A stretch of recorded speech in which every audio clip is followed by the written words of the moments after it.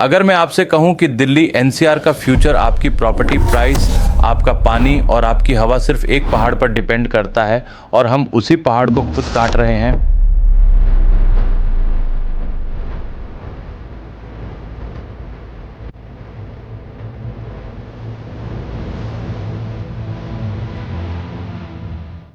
नमस्कार दोस्तों, मैं हूं सचिन गुप्ता। मैं रियल एस्टेट इंडस्ट्री में 20 सालों से काम कर रहा हूं और आज हम बात करेंगे अरावली माउंटेन रेंज की। ये वीडियो बिल्डर वर्सेस एनवायरनमेंट नहीं है, ये वीडियो है short term profit versus long term reality पर। और एक बात क्लियर रखता हूं, यहाँ बात होगी फैक्ट्स के साथ, ओपिनियंस के साथ नहीं। अरावली कोई नॉर्मल पहाड़ नहीं है, ये दुनिया के सबसे पुराने माउंटेन रेंजेस में से एक है, लगभग 1.5 से 2 बिलियन साल पुरानी। जब हिमालय एग्जिस्ट भी नहीं करता था तब अरावली यहाँ थी। ये रेंज गुजरात से शुरू होती है, राजस्थान और हरियाणा से होते हुए दिल्ली एनसीआर तक आती है और इसका रियल एस्टेट से डायरेक्ट कनेक्शन है, क्योंकि अरावली एनसीआर के लिए 3 क्रिटिकल काम करती है। सबसे पहला काम, desert wall. Aravalli Thar desert को दिल्ली एनसीआर तक पहुंचने से रोकती है। सैंडस्टॉर्म्स, डस्ट और एक्सट्रीम हीट यहीं रुक जाती है। अगर अरावली का नेचुरल बैलेंस डिसरप्ट होगा तो एनसीआर धीरे धीरे डिजर्ट टाइप कंडीशंस की तरफ बढ़ने लगेगा। दूसरा, ground water recharge system Gurugram. Faridabad और साउथ दिल्ली के बोरवेल्स का जो पानी है उसका मेजर रिचार्ज अरावली के थ्रू होता है।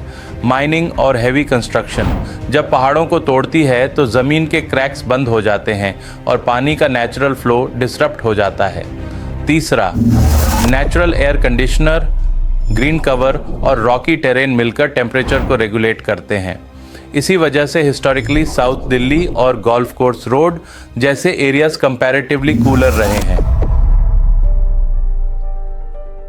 अब थोड़ा अनकंफर्टेबल ट्रूथ सुनो। माइनिंग, अर्बनाइजेशन और रियल एस्टेट जब एक साथ आते हैं तो प्रेशर कुकर बन जाता है।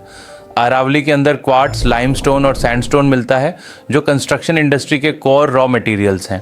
इसीलिए इलीगल माइनिंग की रिपोर्ट्स राजस्थान, हरियाणा और एनसीआर के फ्रिंजेस में बार बार सामने आई हैं। और सिर्फ माइनिंग ही नहीं, अर्बन एक्सपेंशन ने भी अरावली पर हैवी प्रेशर डाला है। 1975 के आसपास अरावली एरिया में सिर्फ 4-5% ह्यूमन सेटलमेंट था। आज प्रोजेक्शंस के हिसाब से ये 16% से ज़्यादा हो चुका है। मतलब फॉरेस्ट और नेचुरल लैंड की जगह कंक्रीट ने ले ली। अब रियल एग्जांपल्स देखते हैं। गुरुग्राम में गोल्फ कोर्स रोड, सेक्टर 54-55 और सोहना रोड बेल्ट को अरावली व्यू लग्जरी लिविंग के नाम पर बेचा गया, लेकिन ग्राउंड रियलिटी में इलीगल वॉल्स, बोरवेल्स और parking spaces no construction zones के अंदर मिलते रहे। इसी वजह से एनजीटी ने मल्टीपल नोटिसेस इशू किए। और फिर आता है बंधवारी लैंडफिल, जो गुरुग्राम और फरीदाबाद के बीच अरावली फुटहिल्स में है। Toxic dewatering, ground water contamination, fires और फ्यूम्स, इसका इम्पैक्ट डायरेक्ट रियल एस्टेट पर पड़ा। Near by property prices suppressed रहे, रेंटल डिमांड वीक हुई और हेल्थ रिस्क परसेप्शन हाई हो गया। इसीलिए गुरुग्राम फरीदाबाद रोड कभी गोल्फ कोर्स रोड 2.0 नहीं बन पाई। फरीदाबाद की बात करें तो प्रॉपर्टी रिलेटिवली चीपर लगती है, पर सवाल ये है क्यों? बड़खल लेक का ड्राई होना, माइनिंग इम्पैक्ट, वाटर स्ट्रेस और वेस्ट साइट रेजिस्टेंस ने फरीदाबाद को वैल्यू प्राइसिंग जोन बना दिया, प्रीमियम जोन नहीं। दिल्ली में साउथ दिल्ली और रिज एरियाज टेक्निकली प्रोटेक्टेड हैं, पर प्रेशर वहाँ भी कांस्टेंट है। अगर दिल्ली रिज वीक होती है तो AQI वर्स होता है, हीट आइलैंड्स बढ़ते हैं और पानी के लिए एक्सटर्नल डिपेंडेंसी और ज़्यादा हो जाती है। अब आते हैं सबसे इंपॉर्टेंट टर्निंग पॉइंट पर। 2025 में सुप्रीम कोर्ट ने अरावली हिल्स को डिफाइन करने के लिए 100 मीटर रूल दिया। इस रूल के हिसाब से सिर्फ वही लैंडफॉर्म्स अरावली माने जाएंगे जो अपने सराउंडिंग एरिया से कम 100 मीटर ऊंचे हों। सुनने में ये टेक्निकल लगता है, पर इसका इम्पैक्ट बहुत बड़ा है। एक्सपर्ट्स का कहना है कि अरावली के 80-90% रिजेस 100 मीटर से नीचे हैं। मतलब लीगल प्रोटेक्शन खत्म हो सकती है, रिक्लासिफिकेशन पॉसिबल हो जाता है और माइनिंग और कंस्ट्रक्शन और इजी हो जाती है। कोर्ट ने न्यू माइनिंग लीसेस टेम्पोरेरीली रोकी है, लेकिन डेफिनेशन का डाइल्यूशन लॉन्ग टर्म में डेंजरस हो सकता है। अब इंडस्ट्री के एंगल से सीधी बात करता हूँ। शॉर्ट टर्म में क्या होता है, ज़्यादा लैंड सप्लाई, फास्टर अप्रूवल्स और बिल्डर मार्जिन्स इंप्रूव होते हैं।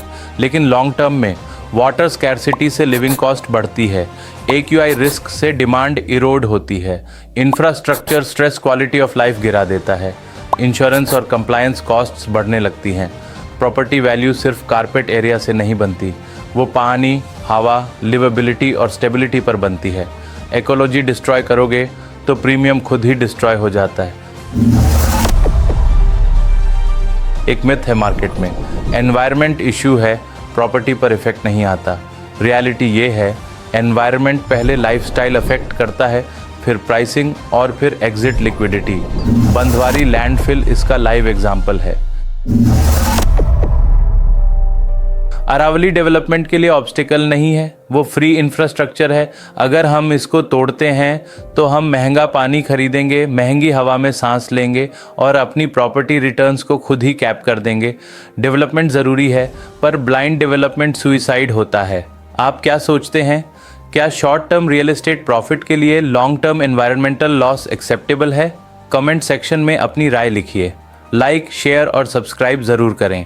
मैं हूं Sachin Gupta, founder my real estate services. मिलते हैं नेक्स्ट वीडियो में।